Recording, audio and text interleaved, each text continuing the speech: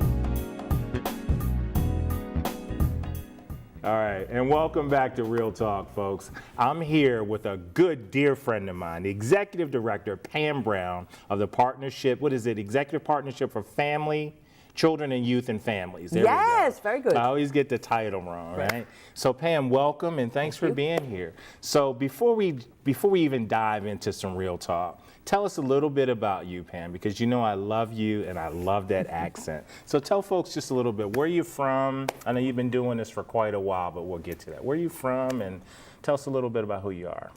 So obviously, I'm from England. I'm a place called Leeds in Yorkshire. Okay. And I left there when I was 31 and actually migrated to the States and went to Florida for a while and moseyed my way up to Maryland.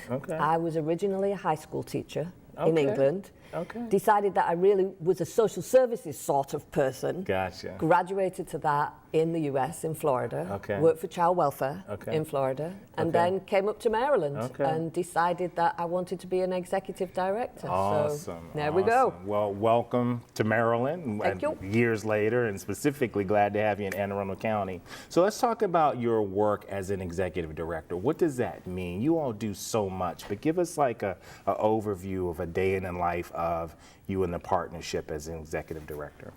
So being an executive director, whether it's the partnership or whatever agency, is herding cats and spinning plates. That's what you're doing all of the time. All the time, right?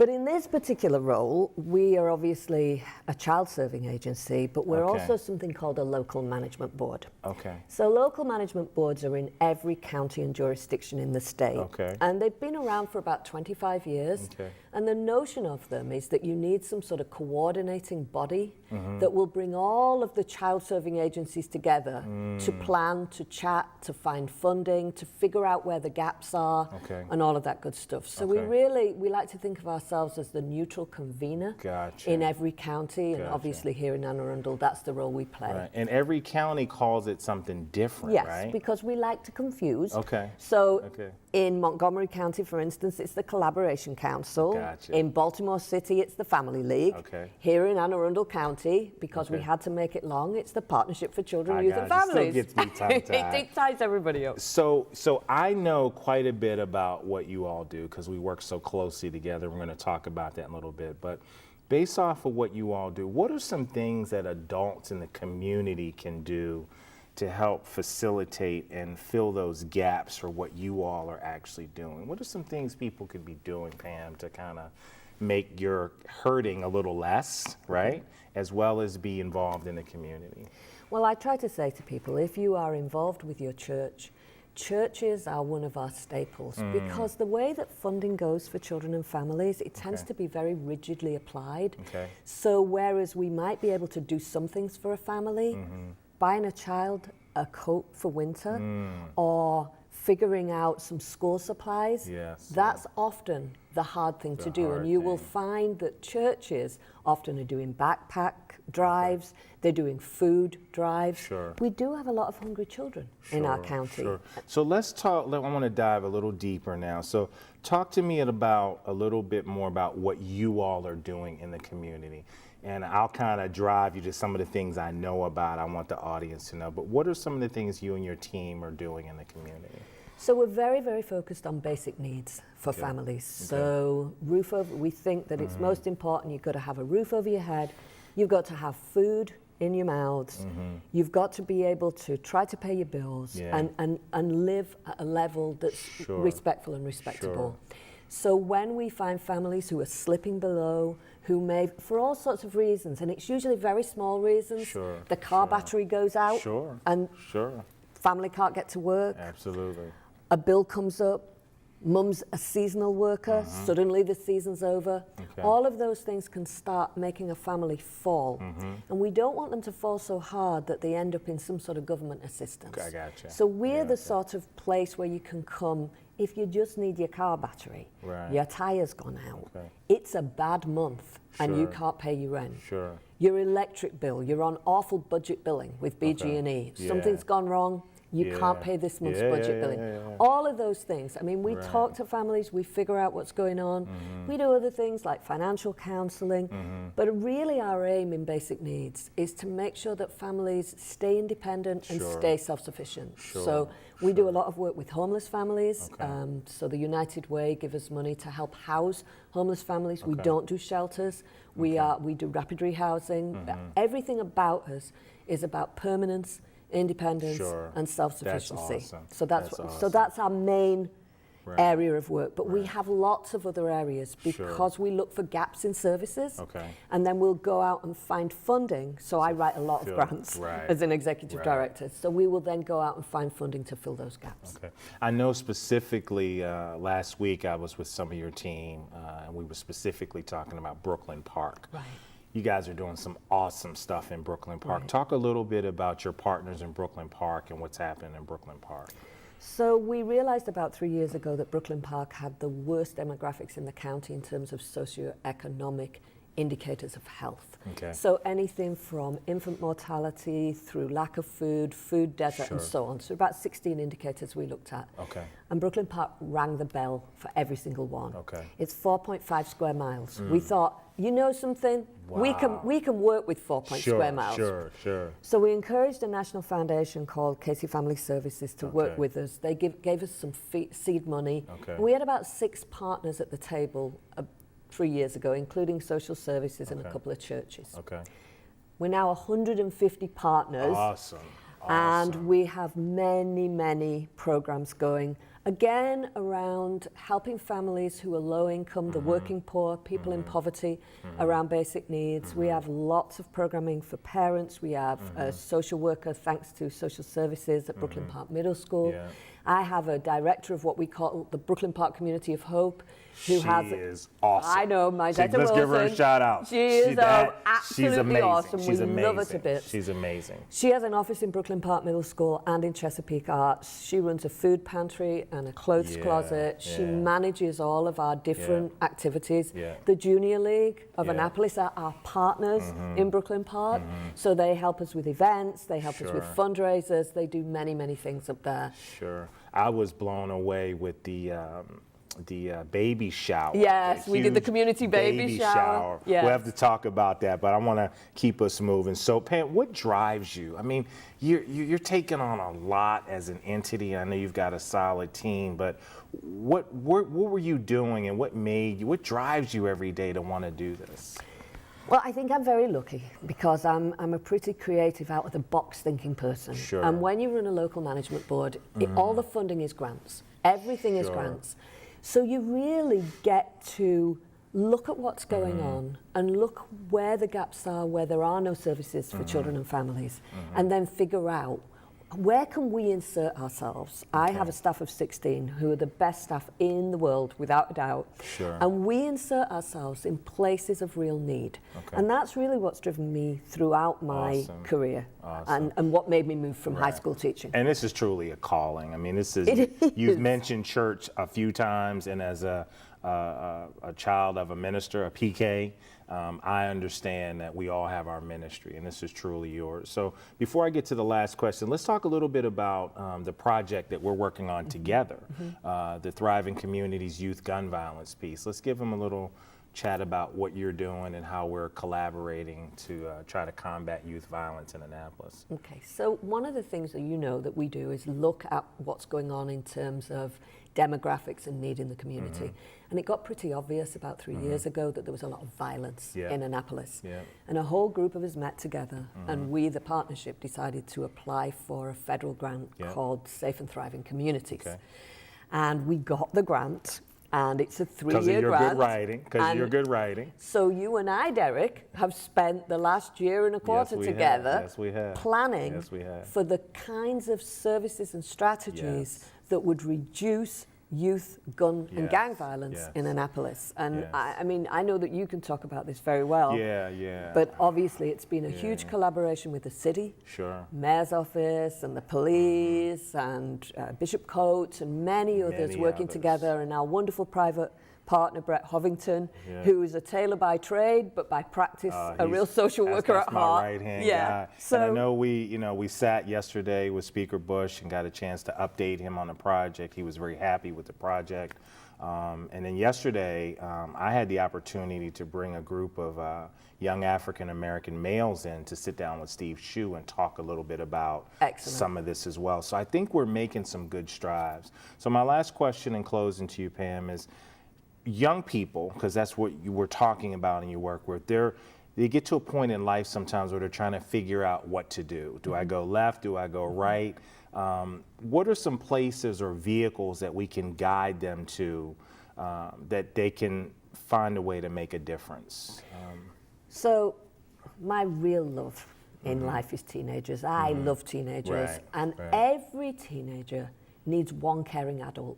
It doesn't have to be a parent. It doesn't have to be the church. It needs to be a person who cares about that young person and who can help guide them, because all of us, if we think back to when we were teenagers, we were making bad decision after bad decision. No executive function. I made a few big ones as an adult. Exactly. No sense of risk. Don't understand risk. That's right.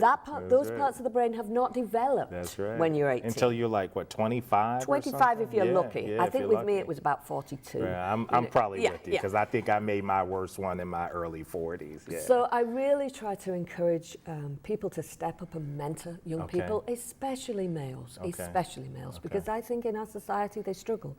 I think African American males struggle. And unfortunately, because we've had a lot of incarceration, a lot of young African American males lack that. Yeah, I'm going to do a show, and we're going to talk a little bit more about that mass incarceration piece. But Pam, it's always a pleasure to talk. You know I love me some Pam Brown, right? Ladies and gentlemen, we're going to take a quick break, take a look at some of the things going on around town, and we'll be right back with more Real Talk. Thank you.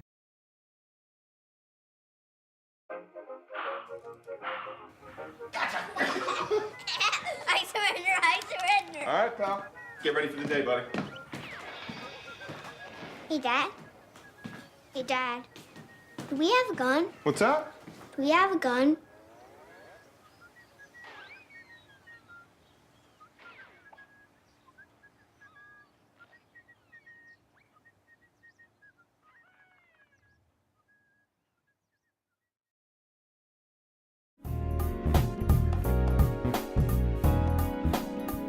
And welcome back. Before I dive into our today's closing words of self-inspiration, I want to make sure that we pay a special shout out to the tribute given by the Caucus of African American Leaders this week in giving the citations to our first responders who responded to the Capitol Gazette shooting. Our chief of the fire department, Alan Graves, received an award on behalf of the entire men and women of the fire department for their response. Thank you very much to the caucus for that inspiring tribute to our men and women. Words of self-inspiration today. It never fails. Our young people have all soaked in a lazy time here this summer, particularly the lazy part. And they're faced with now the anxiety of going back to school. The thought of waking up early, sitting through a school day, and then coming home to do what? Homework. Just seems like the last thing you want to do after spending time in the pools, summer camps, and these great vacations. So just how are you supposed to motivate your student? From the youngest to the oldest in your household, they all have a unique individual motivational factors that we must consider. For the younger, and maybe simply looking forward to getting a new backpack. The older ones may be motivated to see their friends or to be that much closer to getting it all over with. Tune in closely to how your child responds motivationally to clues that are given. So adjust your encouragement accordingly. Remember that excitement spreads quickly and easily. So if you're sharing positive attitudes about the upcoming school year, it will definitely impact your children. Just like adults, they can become defeated and overwhelmed when classes are difficult, or they become bored or disengaged when the schoolwork seems too easy. It's important to provide challenges for students who are unmotivated because they find their courses too easy. Encourage them to find other ways to expand their learning. Visit our art galleries here in the county, museums, and some of the landmarks that we have. Relate them to the areas of their excellence. Part-time jobs or volunteer opportunities related to these subject matters are also a great way to challenge them. For older students, college AP classes may be a great way to engage and motivate them, and plus they get those additional credits. Good luck, and let us know if we can assist you in any way this school year. Reach out to us and we'll help you as best we can throughout the community. This wraps up this week's edition of Real Talk. You can watch this episode and archive episodes online anytime on Facebook or YouTube or by simply searching Arundel TV. Please tune in again next time for some more Real Talk, and we'll see you soon.